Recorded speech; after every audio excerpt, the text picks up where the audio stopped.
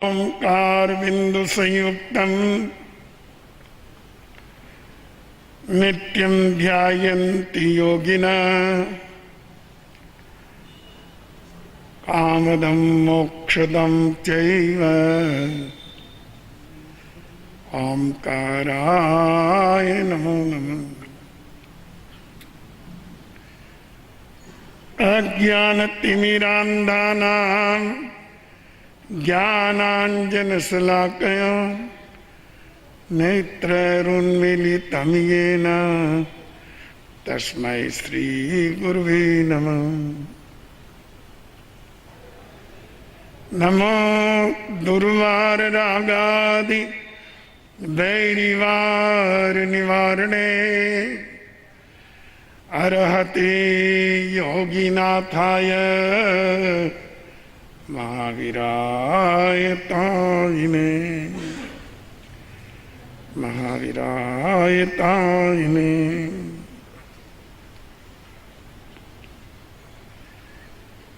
प्रिय श्रोताजनों,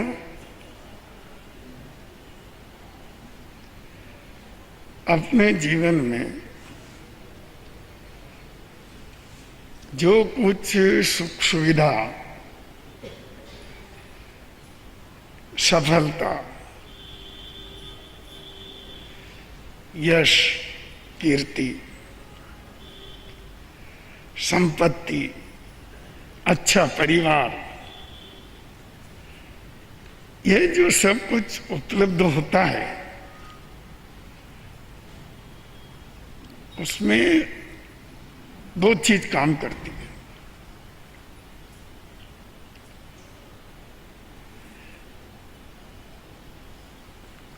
एक व्यक्ति का कर्म,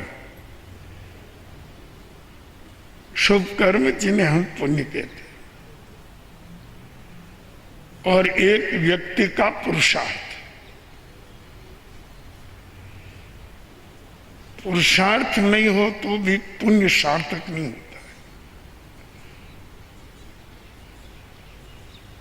और पुण्य नहीं हो तो भी पुरुषार्थ सफल नहीं होता। दोनों को मिला के चलना चाहिए। पुरुषार्थ भी करें और पुण्य का उपार्जन भी करें। एक बात और समझने की है कि पुण्य एक परोक्ष वस्तु है जिसको आप और हम देख नहीं पाते हैं। अपना पुण्य क्या है ये अपन कैसे जाने? ये तो कर्म जगत का विषय है और परोक्ष है।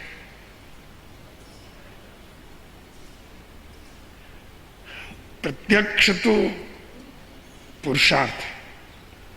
पुरुषार्थ को हम महत्व दें क्योंकि यही करना अपने हाथ में है।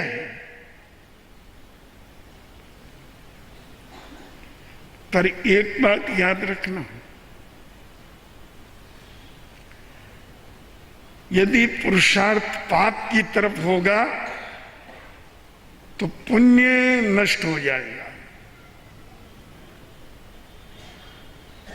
अगर पुरुषार्थ परमार्थ की तरफ होगा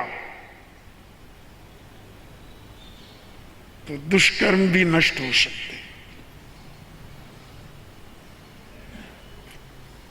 पुण्येन क्षीयते पापा, पापेन क्षयते पुण्य। पाप से पुण्य का क्षय हो जाता है और पुण्य से पाप का क्षय हो जाता है। ये समझ अपने जीवन में लेकर चलना क्यों जरूरी है कि हम कुछ न कुछ करते हैं। जो कुछ नहीं करते हैं उनके लिए न पाप है न पुण्य है। सिद्ध भगवान कुछ नहीं करते तो उनके पाप भी नहीं और पुण्य भी नहीं है।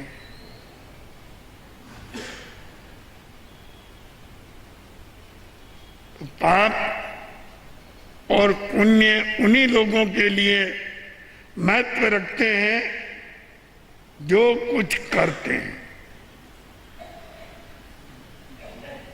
अपने जीवन में हम कितना परमार्थ का उपार्जन कर रहे हैं और कितना पापाचार कर रहे हैं, ये समीक्षा चलते रहना चाहिए। यह अपनी तुला पर तोलने की चीज है। वो तुला औरों के पास नहीं है, आपकी बुद्धि है।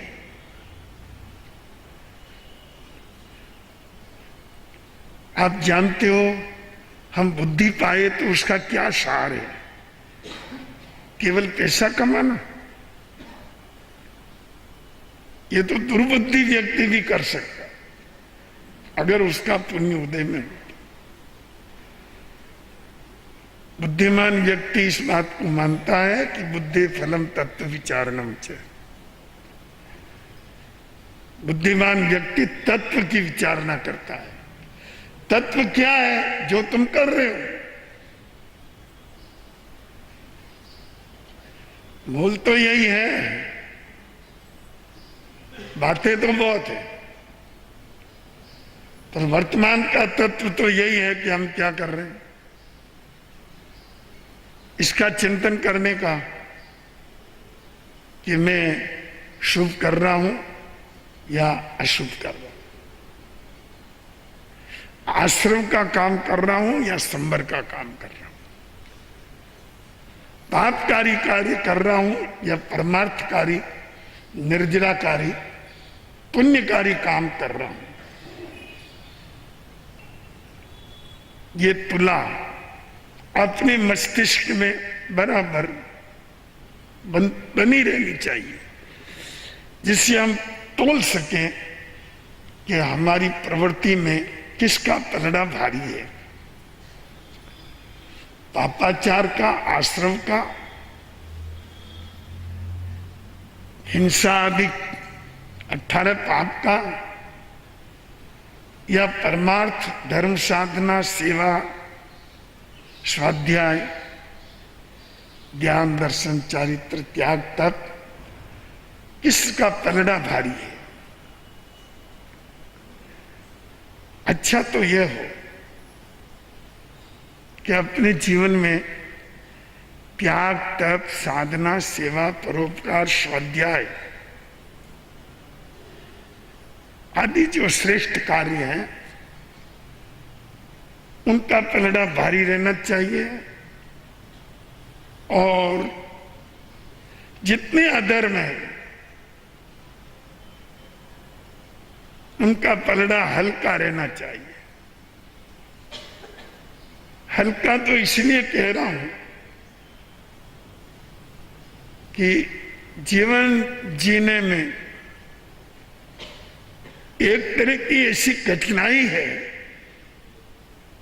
कि उसमें हिंसा आदि का प्रयोग करना पड़ता है, आश्रम का प्रयोग करना पड़ता है, 18 पाप का प्रयोग करना पड़ता है, पर इतना नहीं कि उसका पलड़ा भारी हो जाए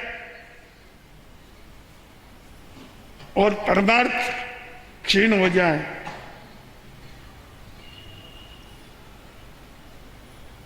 तो बंधुओं, जीवन में जो हम जी रहे हैं उसमें निरंतर पुण्य परोपकार सेवा साधना स्वाध्याय के कार्यक्रम चलते रहे तो पुण्य बढ़ता रहेगा, निर्जरा बढ़ती रहे तो फिर आपका पुरुषार्थ भी काम करेगा,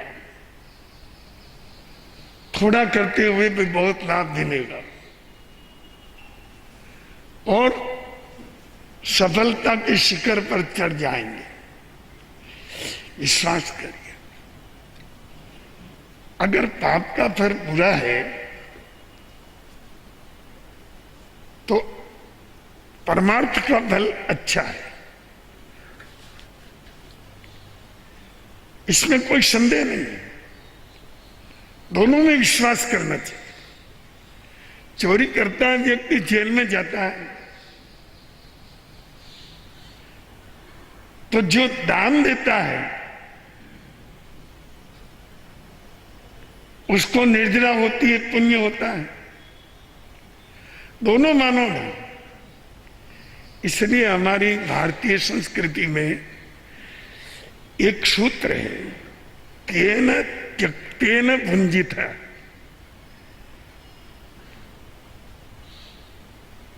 त्याग के साथ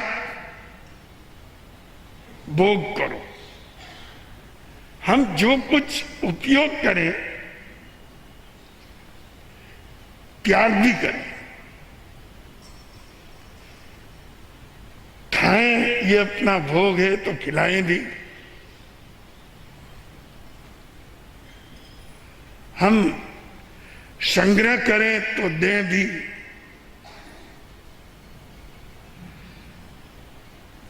जो कुछ अपना जीवन में हम जिन भोगों का उपयोग करते हैं, जिन वस्तुओं का उपयोग करते हैं, उनका कुछ हिस्सा अवश्य दान में देना चाहिए। पीड़ित मानवता की सेवा में देना चाहिए। संघ, शासन और धर्म के हित में देना चाहिए, जिससे आपका पाप और पुण्य का पलड़ा बराबर बना रहे। और अगर यह नहीं होगा तो दुष्कर्मों का उदय बहुत दूर नहीं है। इस जीवन में या कुछ अगले जीवन में सामने आ जाएगा, क्योंकि अच्छाई अपना फल नहीं छोड़ती है तो बुराई अपना फल क्यों छोड़ेगी। अच्छा ही काम, बुराई काम करेगी तो अच्छा ही काम क्यों नहीं करेगी। भाई आप नींबू खाते हो तो मुंह खट्टा होता है, तो शक्कर खाते हो तो मीठा क्यों नहीं होगा, हो गई। ये नहीं कह सकते कि नींबू तो काम करता है शक्कर काम नहीं करती है। दोनों काम करते हैं अपनी अपनी जगह। अपने जीवन के अंदर हम क्या बढ़ा रहे हैं। हमारी जो संस्कृति है वो त्याग के साथ भोग की संस्कृति है, परंपरा है अपनी। प्रत्येक घर से दान निकलता ही निकलता है। गाय को घास, कुत्ते को रोटी, ये एक सामान्य बात है। दे करके ही खाना हमारी परंपरा है, पर इस परंपरा को अब हम भुला रहे हैं। इसलिए व्यक्ति संपत्ति कमाते हुए भी सुखी नहीं है। पहले गरीबी थी तो भी व्यक्ति सुखी थे। आज आप संपत्तिशाली है तो भी दुखी है।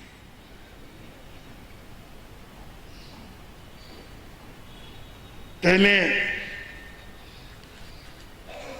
आपके दुकानों के बाहर लिखा जाता लाभ शुभ।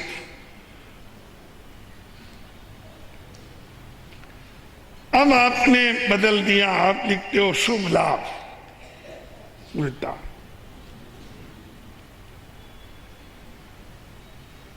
लाभ शुभ का अर्थ यह है कि हे भगवान, मैं जो कुछ लाभ प्राप्त करूंगा मैं शुभ में प्रयुक्त करूंगा, अशुभ में नहीं लगूंगा, खोटे काम में नहीं लगाऊंगा।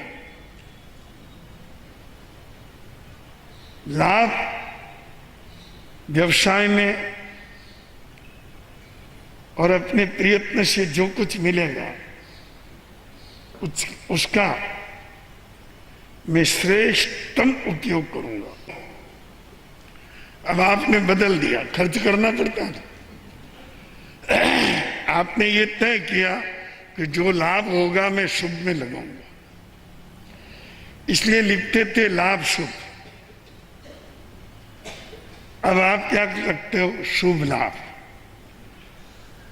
लाभ मिले, अच्छा मिलना चाहिए, मतलब खूब मिलना चाहिए। सब बदल दिया। ये भी बदल दिया तो जीवन का ढंग भी बदल दिया। अब किसी को दे करके खिला करके खाने की पद्धति नहीं है। अब तो पिता बाप को कह रहा है चलो आओ दरवाजा बंद करके आ खाना खाएं। दरवाजा बंद करके आ खाना खाएं।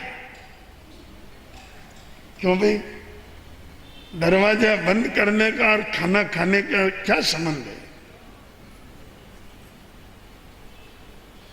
पर खाना खाते हुए कोई आ जाए तो उसकी मनुहार करनी पड़े। कुत्ता भी आ जाए तो आधी रोटी देनी पड़े। दरवाजा ही बंद, झगड़ा ही मिटा। न कोई आवे न देवे। स्वार्थ वृत्ति बदल गई, बढ़ गई। परंपराएं अच्छी थी वो समाप्त हो रही है। और परस्पर के सहयोग के अंदर सेवा में व्यक्ति जो कुछ करता था वो भी करीब करीब बंद हो गया। व्यक्ति निपट स्वार्थी बन के जी रहा है। उसे पता नहीं है कि परमार्थ के बिना ये पाप तुझे खा जाएगा। क्योंकि उपार्जन करते हैं उसमें छोटी बड़ी गलतियां, अपराध, कुछ न कुछ झूठ, कितनी तरह के दोष लगते हैं। वैसे नहीं लगाना चाहिए। आज के युग में व्यवसाय बहुत बदल गया। अगर आप इसमें नैतिकता से काम करें तो भी आपको बहुत अच्छा मिल सकता है। वो पहले वाली सारी स्थिति बदल गई कि धान बेचते हुए धड़ी उड़ाए या डंडी मारे, माल देते हुए, वो चीज आज नहीं है। आज कंपनियों का माल आता है, कीमत लिखी हुई होती है, उसी अनुसार व्यवहार करना पड़ता है और उसको उसका लाभ स्वतः मिल जाता है। व्यापार आज काफी स्वस्थ हो गया है। पहले जितना विकृत नहीं रहा और पहले जितनी मनमानी भी नहीं रही। हर वस्तु में कितना क्या है वो लिखना ही पड़ता है। वो लिखा हुआ होता है कि इस वस्तु में इतना परसेंट ये, इतने परसेंट ये, इतना परसेंट ये। अगर नहीं हो तो अगले को जेल जाना पड़ता है। और कितना वजन है ये भी तय होता है। इसलिए व्यापार की लाइन काफी ठीक हो गई है। इसमें बहुत ज्यादा बेईमानी और चालाकी, मिलावट करने की गुंजाइश नहीं है। थोड़ी सी समझदारी से, विवेक से काम ले तो व्यापार के कई दोष अपने आप निकल गए। बुद्धिमान लोगों को इसका लाभ उठाना चाहिए और अपने जीवन में निष्पाप व्यापार का प्रयास करना चाहिए, जिससे कर्म बंधन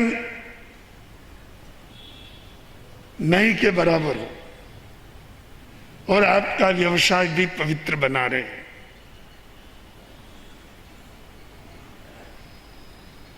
वो यूं अपराध करने वाला ही है, बुरा बेईमानी करने वाला ही है, तो वो तो पैकिंग भी बदल देता है, उसका क्या करें। वो तो के घोर अधर्मी है। पर अगर थोड़ी नैतिकता के साथ चले तो आज के व्यवसाय में बहुत ज्यादा झूठ या बेईमानी नहीं हो सकती।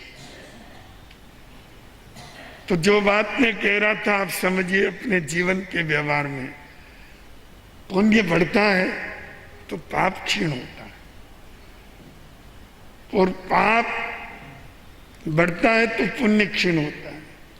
कई लोग कहते हैं मैं बहुत दुखी हूं, परमार्थ कर, साधना कर, स्वाध्याय कर, सेवा कर, पीड़ित प्राणी की सेवा कर,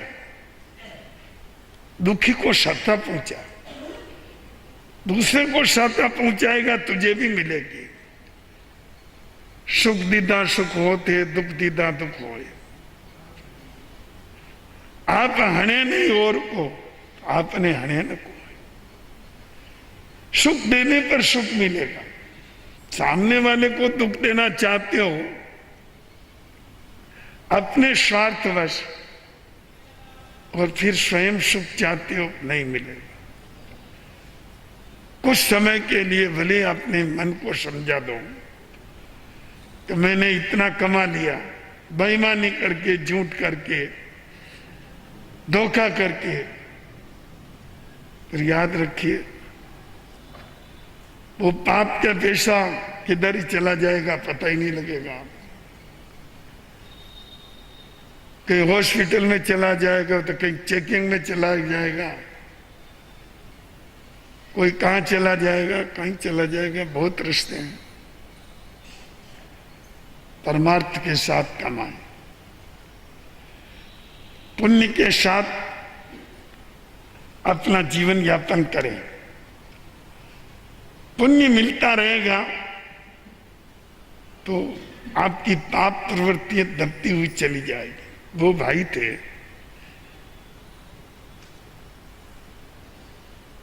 तो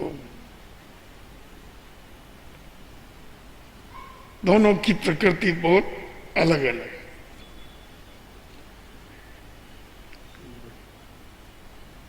एक परम नास्तिक तो एक परम आस्तिक। दोनों की प्रकृति समान होना संभव ही नहीं।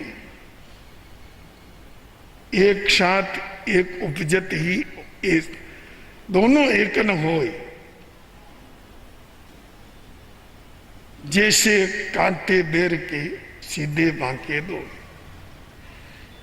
एक साथ पैदा होने वाले भी दो एक जैसे हों, ये संभव नहीं है। बेर की डाली पर लगने वाले कांटे दो तरह के होते हैं, जबकि वो एक ही जगह लगे हुए होते हैं। एक टेढ़ा होता है, एक सीधा। वो दोनों भाई दो प्रकृति के। बड़ा भाई परमार्थी, सत्संगी, सदगुरु की आराधना करने वाला, सेवा और परमार्थ के साथ जीने वाला, तो छोटा बड़ा नास्तिक और घोर अधर्मी। 18 पाप का अड्डा। एक दिन दोनों घर से निकल रहे थे। बड़े भाई ने पूछा, तू कहां जा रहा है? कि भाई साहब आप कहां जा रहे हो? आज मुनिराज पधारे हैं, परमार्थिक आराधना करने वाले संत हैं, वो अपना प्रवचन करेंगे, प्रवचन का लाभ मिलेगा, दर्शन करेंगे, उनकी वाणी सुनेंगे, सामायिक आदि तत्व की आराधना करेंगे, उसने कहा क्यों फालतू समय गंवाते हो, वहां कुछ नहीं है। करे धर्म उसके फूटे कर्म। नास्तिकों का तो यही सिद्धांत है। तो ऐसी बातें बंद कर, तू कहां जा रहा है? आपको पता नहीं है, अखबारों में नहीं पढ़ा, एक नर्तकी आई हुई है,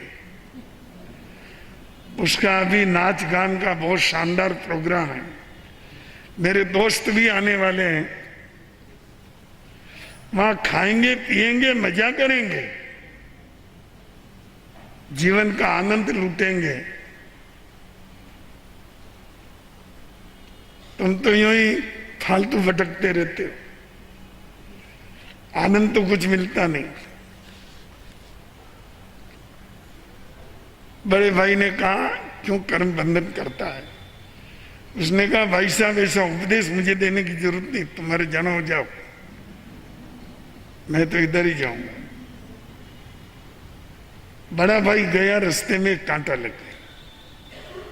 योग की बात है।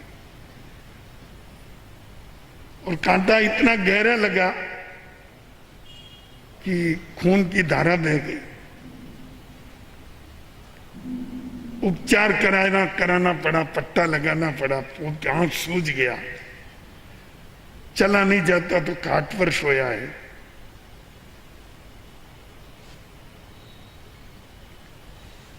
छोटा भाई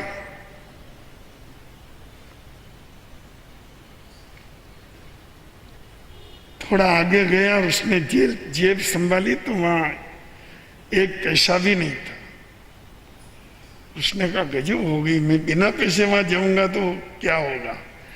वहां तो पैसे का ही तो खेल है। पॉकेट घर ही रह गया, वापस जाना भी लंबा है। इधर उधर देख रहा था, सोचते हुए कोई पीली वस्तु नजर आई, उठाई तो सोने की अशर्फी थी। बड़ा खुश हो गया, उसने कहा वाह वाह वाह, सोना मिल गया, इससे तो बड़ा आनंद रहेगा।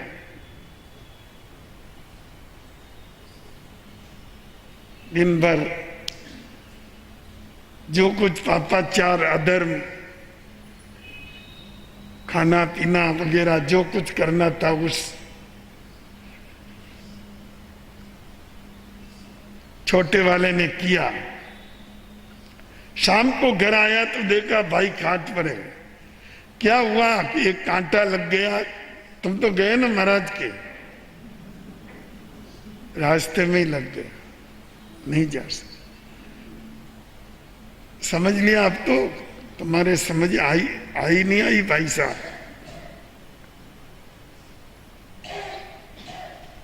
तुम कहते हो धर्म का फल मीठा मीठा मीठा, कहां मीठा? कांटा तो लग गया तुम्हारे। तुम तो अच्छा करने गए ना, फिर ये कांटा क्यों लगा? बताओ। तुमको पता है मैं कहां गया? मौज मजा करने गया। वहां मुझे मोर मिल गई, एक पैसा नहीं, दिन भर मजा करके आए हैं। अभी तुम फालतू काम को सही मानते हो।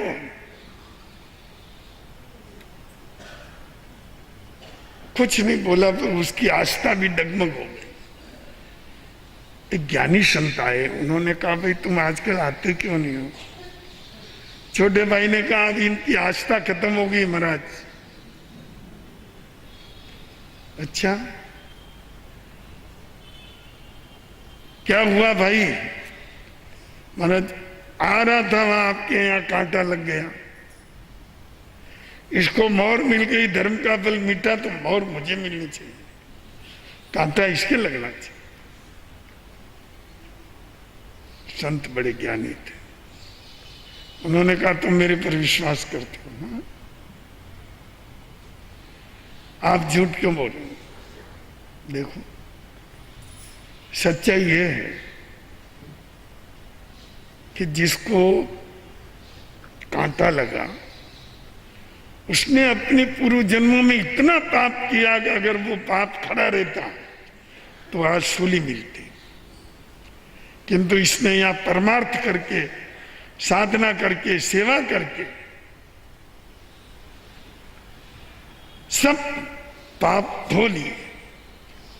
सूली के ठिकाने एक कांटा रहा, अब ये मुक्त हो गया। और तू, तेरा पुण्य प्रबल इतना था पूर्व जन्म का, अगर वो सब बना रहता तो चक्रवर्ती सम्राट बनता। पर तेने यहां आके इतना पाप किया, सब पुण्य नष्ट हो गए। एक मोर मिल गई, उस पर तो खुश हो रहा। उनका संशय नष्ट हो गया। आपको भी मैं ये कहता हूं, अपने जीवन में पाप और पुण्य का संतुलन बना के चलना चाहिए। ऐसा ना हो कि पाप इतना बढ़ जाए कि पुण्य ही नष्ट हो जाए। इसलिए परमार्थ, सेवा, साधना, स्वाध्याय, उत्तम से उत्तम प्रयास जितने कर सको करो। इस छोटे से मानव जीवन को सार्थक बनाओ। केवल संपत्ति के पीछे ही मत भागो, तो होगी, भाग्य में तो आके मिलेगी। तो सादगी से जीने की कोशिश करो तो ज्यादा संपत्ति की जरूरत भी नहीं है। तो जीवन के अंदर हम त्याग और भोग दोनों का संतुलन बना के चले। ये जीवन जीने की एक ऐसी शानदार पद्धति है गृहस्थ के लिए, जिसके द्वारा उसका पुण्य भी बढ़ता रहे और उसको सच्ची आत्म शांति भी मिलती रहे। आज के प्रवचन का यही सार है, आत्मसात करें, आनंद ही आनंद। गुरु आरती।